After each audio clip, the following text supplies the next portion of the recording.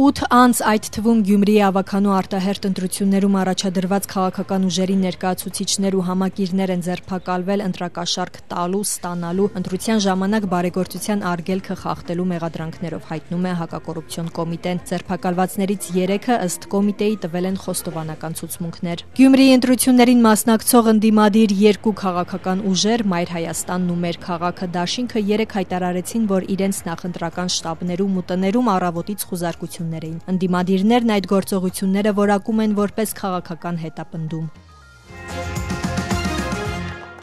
Ադրբեջանի նախագահն այցելել է Արցախ, որտեղ իր ելույթում կրկին հայ ժողովրդին որակել է թշնամի ու պնդել, թե մեջբերում հայկական ֆաշիզմի նմանն աշխարհը չի տեսել։ Erməni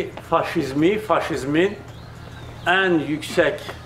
նոկտասıdır։ Մոտ 15 րոպե շարունակված ելույթի ադրբեջանցիների հետ հարց ու պատասխանի ընթացքում նա որևէ բառ չի ասել Հայաստանի հետ խաղաղության պայմանագրի կամ դրա ստորագրման հնարավորության մասին։ Հայաստանի իշխանությունները երկրորդ շաբաթն է փաստաթղթի տեքստի համաձայնեցումից հետո առաջարկում են Բաքվին բանակցություններ սկսել դրա ստորագրման վայրի, ժամկետի ու վավերացման վերաբերյալ։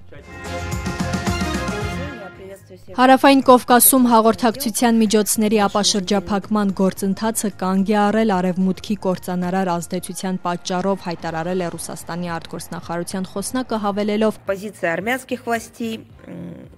иногда, а порой и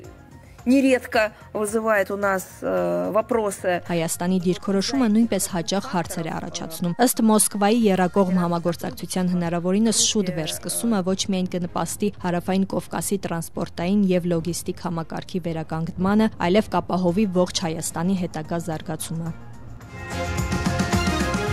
Միացյալ Նահանգների գլոբալ մեդիայի գործակալությունը չեղարկում է Ազատություն ռադիոկայանի 2025-ի ֆինանսական տարվա դրամաշնորհային համաձայնագրի դադարեցումը։ Սա հետևել է Միացյալ Նահանգների Կոլումբիայի շրջանային դատարանի որոշմանը, որով բավարարվեց ռադիոկայանի պահանջն ընդդեմ գործակալության եւ մինչեւ գործի վերաբերյալ բուն լսումները ժամանակավորապես կասեցվեց Ազատություն ռադիոկայանը փակելու քայլերը։ Դատարանի որոշումը վերաբերում է նաեւ գործակալության գործադիր տնօրենի պաշտոնակատարի ավագ խորհրդական Քերի Լեյքի մարտի 15-ի ստորագրած որոշմանը Կոնգրեսի հաստատած ազատությանը հատկացվող դրամաշնորհի դադարեցման մասին։ Ազատություն ռադիոկայանի հայցն ուղղված է Կոնգրեսի հատկացրած մոտ $77 միլիոն ստանալուն։